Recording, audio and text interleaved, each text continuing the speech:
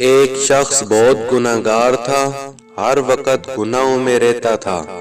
وہ بہت دفعہ توبہ کرتا لیکن پھر گناہ کر جاتا۔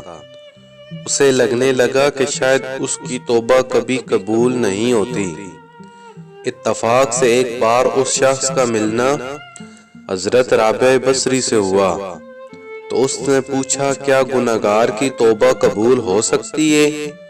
تو رابعہ بصری نے فرمایا انسان اس وقت تک توبہ کر ہی نہیں سکتا جب تک اللہ پاک توفیق نہ دے، اور جب توفیق مل جائے پھر قبولیت میں کوئی شک نہیں رہتا۔ کوئی کتنا بھی گناہگار کیوں نہ ہو، اللہ تعالیٰ اس کے لیے دعا کا راستہ کبھی بند نہیں کرتا۔ وہ اپنے بندے کو نوازنے سے نہیں رکتا۔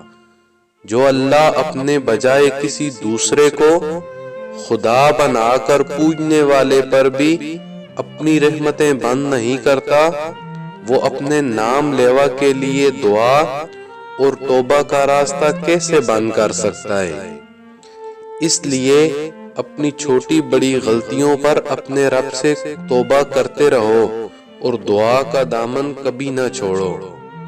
اللہ پاک سے دعا ہے کہ ہم سب کو توبہ کرنے کی توفیق عطا فرمائے اور ہم سب کی توبہ قبول فرمائے۔ آمین ثم آمین یا رب العالمین۔